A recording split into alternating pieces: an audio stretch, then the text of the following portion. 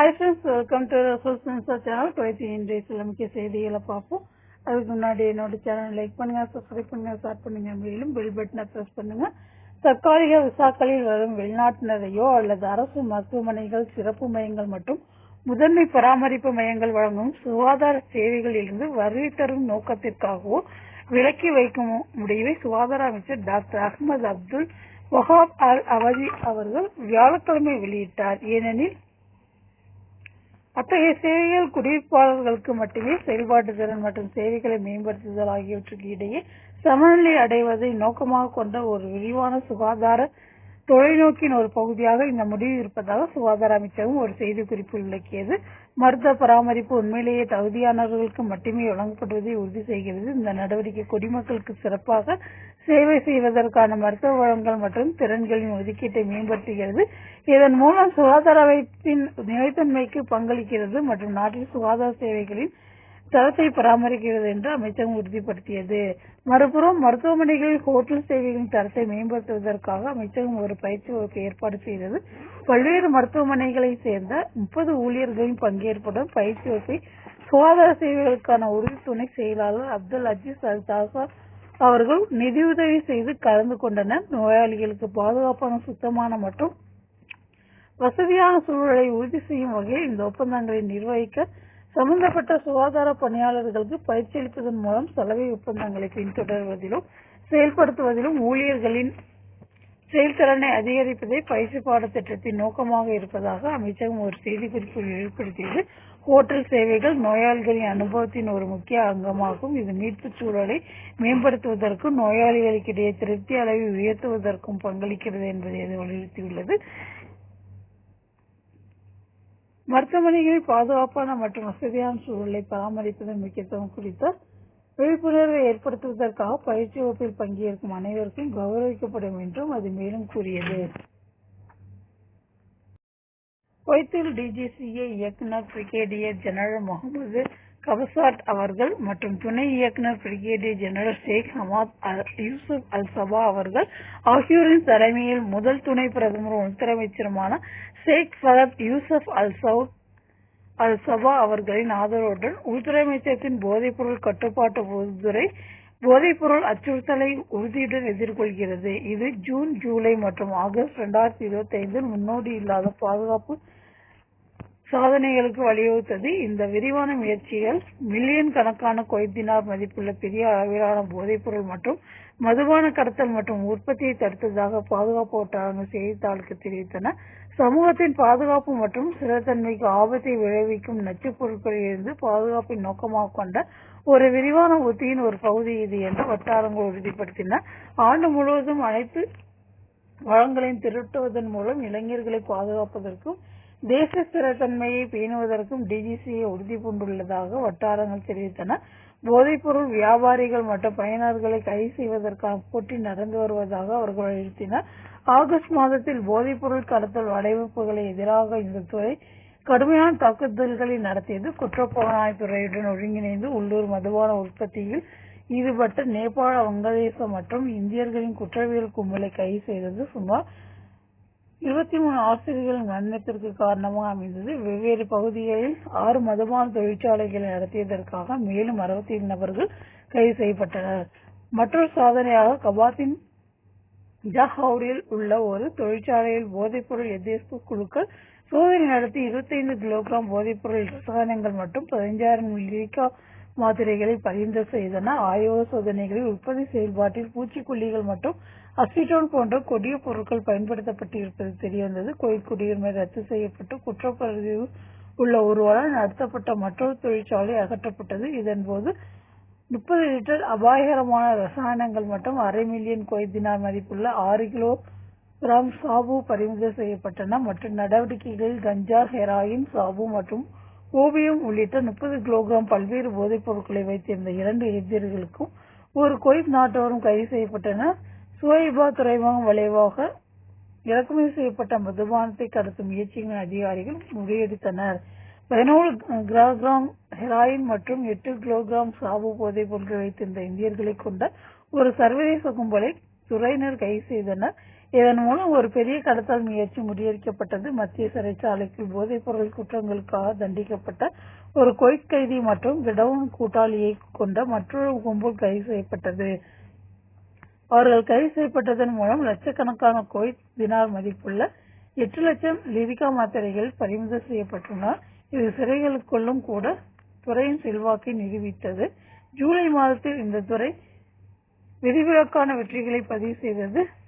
குறிப்பாக விமான சரக்குகளை 47 கிலோகிராம் போதைப் பொருட்களை கைப்பற்றியது மற்றும் அந்த குப்பலை உரிமை கோர முயன்ற குற்றவாளியை கைது செய்தது. ஐக்கிய அரபு எமிரேட்ஸின் ஒத்துழைப்புடன் கடல் கொள்கலன்களை மறைத்து வைக்கப்பட்டிருந்த 1.15 மில்லியன் மதிப்புள்ள சாபுவின் ஒரு பெரிய கப்பலை அதிகாரிகள் தடுத்தனர். இதன் விளைவாக அம்ஹாராவில் உள்ள ஒரு மட்பாண்ட தொழிற்சாலை ஆப்கானிஸ்தான் சந்தேக நபர் ஒருவர் கைது செய்யப்பட்டார். மற்றொரு பெரிய நடவடிக்கையில் இறக்குமதி செய்யப்பட்ட நீர் சுத்திகரிப்பு குழாய்களுக்கு புத்திசாலித்தனமாக வைக்கப்பட்டிருந்த 12 மில்லியன் குவைத் தினார் மதிப்புள்ள 4 மில்லியன் கேப்டகன் மாத்திரைகள் கட்டப்பட்டதை முறியடித்தது. அதே நடவடிக்கையின் போது குவைத் குடியுரிமை போலியாக உருவாக்கியவர் ஒருவர் மில்லியன் கணக்கான குவைத் தினார் மதிப்புள்ள 1 மில்லியன் கேப்டகன் மாத்திரைகளுடன் கைது செய்யப்பட்டார்.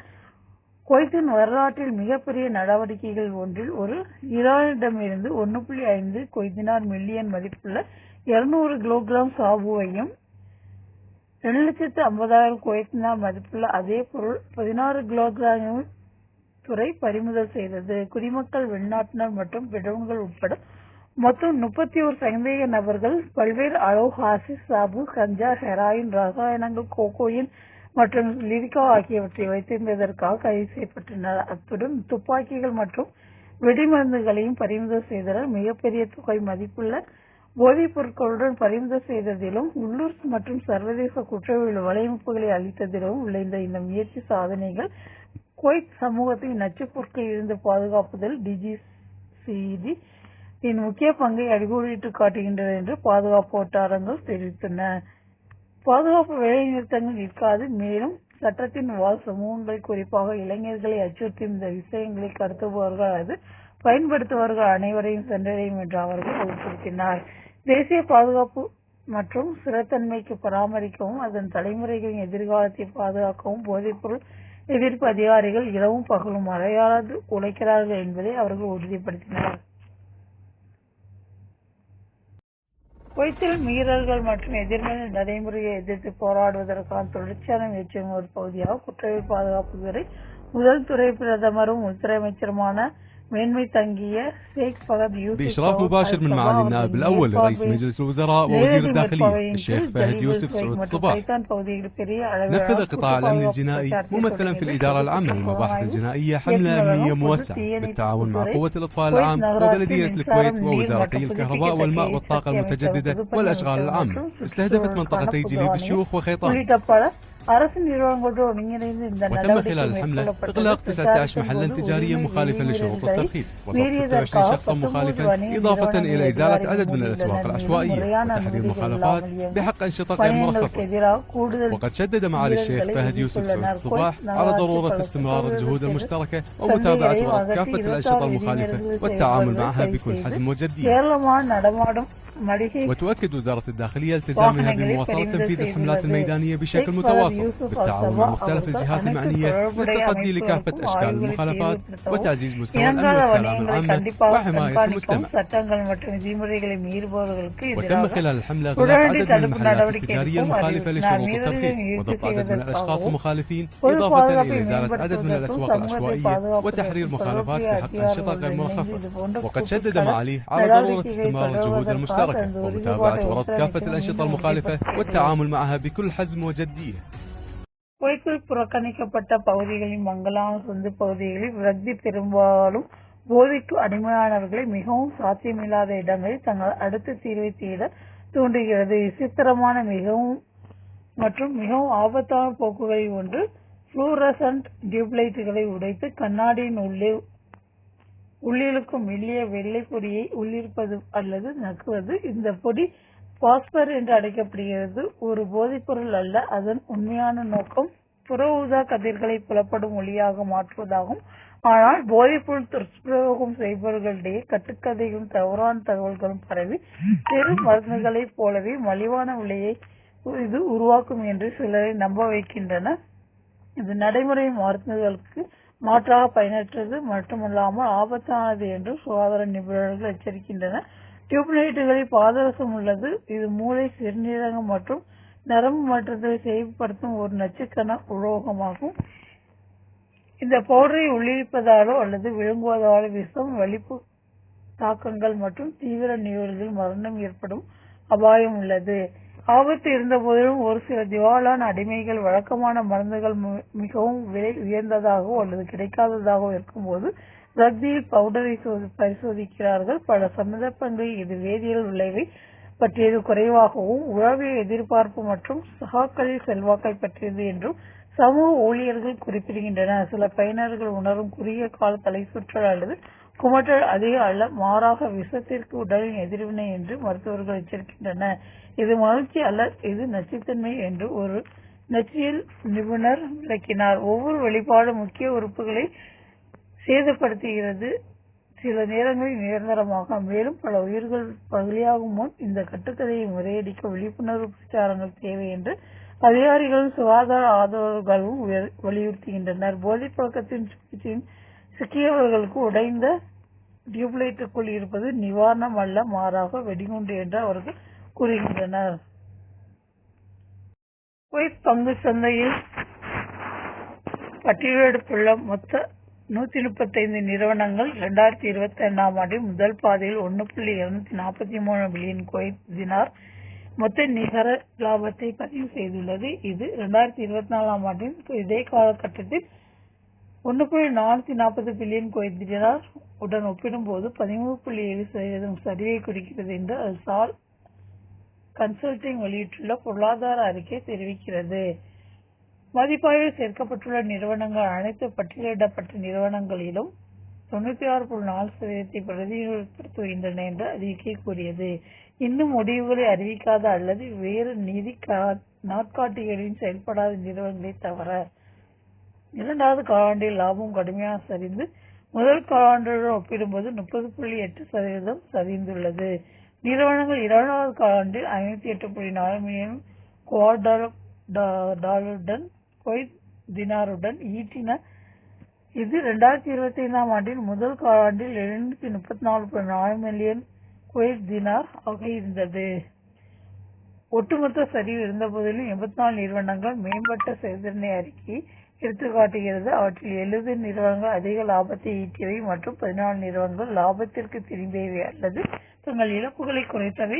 முடிவுகளை வெளியிட்ட நிறுவனங்களில் 62.2% இதுதான். மாறாக 51 நிறுவனங்கள் பலவீனமான செயல்திறனை கண்டன, 34 நிறுவனங்கள் குறைந்த லாபத்தை பதிவு செய்தன, 17 நிறுவனங்கள் பெரிய இழப்புகளை பதிவு செய்தன அல்லது லாபத்திலிருந்து இழப்புகளை மாற்றின. துறைசார் முடிவுகள் கலவையாக இருந்தன. 13 துறைகள் 7 துறைகள் 2024ஆம் ஆண்டில் முதல் பாதையுடன் ஒப்பிடும்போது மேம்பட்ட லாபத்தை பதிவு செய்துள்ளன. அதே நேரத்தில் 6 துறைகள் சரியை பதிவு செய்துள்ளன. வங்கித்துறை இந்த பட்டியலில் முதலில் இடத்தில் உள்ளது. 882.2 மில்லியன் குவைத் தினார் லாபம் ஈட்டியுள்ளது. இது ஒரு வருடத்திற்கு முன்பு 845.8 மில்லியன் குவைத் தினார் ஆக இருந்தது. இது 36.4 மில்லியன் குவைத் தினார் அல்லது 4.3% அதிகமாகும். நிதி சேவைத்துறை இரண்டாவது இடத்தில் பிடித்தது. லாபம் 23.8% அதிகரித்தது. 215.4 மில்லியன் குவைத் தினார் ஆகவும் 174 மில்லியன் குவைத் தினார் ஆகவும். தொலைத்தொடர்பு துறை இரண்டாவது இடத்தை பிடித்தது. அதைத் தொடர்ந்து அதன் லாபம் 45.8% அதிகரித்து 179.9 மில்லியன் குவைத் தினார் ஆகவும் 123.4 மில்லியன் குவைத் தினார் ஆகவும் உயர்ந்தது. 2025ஆம் ஆண்டின் முதல் பாதையில் தொழில்துறை மிக மோசமான சரியை சந்தித்தது. இது முந்தைய ஆண்டு 83.3 மில்லியன் குவைத் டாலர் லாபத்திலிருந்து 207.7 மில்லியன் குவைத் தினார் இழப்பாக குறைந்தது. இது 291 மில்லியன் குவைத் தினார் குறைவாகும். குவைத்தில் பிலிப்பைன்ஸ் தொழிலாளர்களின் உரிமைகள், கண்ணியம் மற்றும் நலனை பாதுகாக்க ஜனாதிபதி பர்டினண்ட் மார்கோஸ் அவர்கள் ஜூனியரின் உத்தரவுகளை பின்பற்றி பிலிப்பைன்ஸ் வெளிநாட்டு வீட்டு பணியாளர்களுக்கு மேம்பட்ட சீர்திருத்தங்களை அறிமுகப்படுத்தும் சுற்றறிக்கையை பிலிப்பைன்ஸ் புலம்பெயர்ந்த தொழிலாளர்கள் துறை வெளியிட்டுள்ளது. வீட்டு வேலை செய்பவர்களுக்கான குறைந்தபட்ச மாத ஊதியம் $400 $500 உயர்த்துவதாக உட்பட பல நடவடிக்கைகளை இந்த சுற்றறிக்கை கோடிட்டு காட்டுகிறது. இது ஏற்கனவே உள்ள மற்றும் புதிய வேலைவாய்ப்பு ஒப்பந்தங்களும் பொருந்தும். தொழிலாளர்களின் உடல்நலம் மற்றும் பாதுகாப்பை உறுதி செய்வதற்காக ஆண்டுதோறும் மருத்துவ பரிசோதனைகளை மேற்கொள்வதும் இதில் அடங்கும். வேலை தொடர்பான காயங்கள் அல்லது நோய்களின் சிகிச்சைகளுக்கான செலவுகளை ஆட்சேர்ப்பு முகமைகள் மற்றும் முதலாளிகள் பொறுப்பேற்க வேண்டும். இந்த சீர்திருத்தங்கள் உங்கள் முதலாளி அறிந்து கொள்ளுங்கள் நெறிமுறையை அறிமுகப்படுத்துகின்றன. ஒப்பந்தங்களில் கையெழுத்திடுவதற்கு முன்பு தொழிலாளர் மற்றும் முதலாளிகளுக்கு இடையே கட்டாய வீடியோ நேர்காணல்களை கட்டாயப்படுத்துகின்றன. மேலும் தொழிலாளர் நிலைமைகளை தொடர்ந்து கண்காணிக்கவும் புகார்கள் அல்லது பிரச்சனைகளை நிவர்த்தி செய்யவும் குமஸ்தார் கபாயன் என்ற டிஜிட்டல் கண்காணிப்பு அமைப்பை அறிமுகப்படுத்துகின்றன. கூடுதல் நடவடிக்கைகளில் சுகாதார பராமரிப்பு, வீட்டு மேலாண்மை, விருந்தோம்பல் சேவைகள், டிஜிட்டல் கல்வியறிவு மற்றும் மொழித்திறன் ஆகியவற்றில் திறன் பயிற்சி திட்டங்கள் அடங்கும். பாதுகாப்பு மற்றும் சுகாதாரத்தை உறுதி செய்வதற்காக நிறுவனம் வழங்கும் வீட்டு வசதிக்கான தரநிலைகளும் கடுமையாக்கப்படுகின்றன. இணங்காத நிறுவனங்களுக்கு அபராதம் விதிக்கப்படுகிறது. இந்த சுற்றறிக்கை ஆட்சேர்ப்பு நிறுவனங்களுக்கான வெள்ளைப்பட்டியல் கொள்கையை மேலும் நிறுவுகிறது. நெறிமுறை தரநிலைகளை கடைபிடிப்பவர்களுக்கு மட்டுமே பணியமர்த்தலை கட்டுப்படுத்துகிறது. அவசர காலங்களில் AKSYON நிதி சட்ட, மருத்துவ மற்றும் நிதி உதவிகளை வழங்கும். பாஸ்போர்ட்டுகள் தொழிலாளர்களின் சொந்தமாகவே இருக்கும். அவற்றை பரிந்துரை செய்ய முடியாது. இந்த சீர்திருத்தங்கள் சுற்றறிக்கை வெளியிட்ட 60 நாட்களுக்கு பிறகு அனைத்து புதிய அல்லது புதுப்பிக்கப்பட்ட ஒப்பந்தங்களுக்கும் அமலுக்கு வரும். மேலும் அனைத்து நிறுவனங்களும் அலுவலகங்களும் முழுமையாக இணங்க வேண்டும் என்று துறை அறிவுறுத்துகிறது. முறையாக செயல்படுத்தப்படுவதை உறுதி செய்ய விரிவான வழிகாட்டுதல் வழங்கப்படும். குவைத்தின் இன்றைய சில முக்கிய செய்திகளை பார்த்து உங்கள் அனைவரின் நல்லாதருடன் எனது இனிய பயணத்தில் தொடர் அடுத்த தகவலை சந்திப்போம் என கூறி விடைபெறுவது உங்கள் ரசூல் அன்சார். நன்றி, வணக்கம்.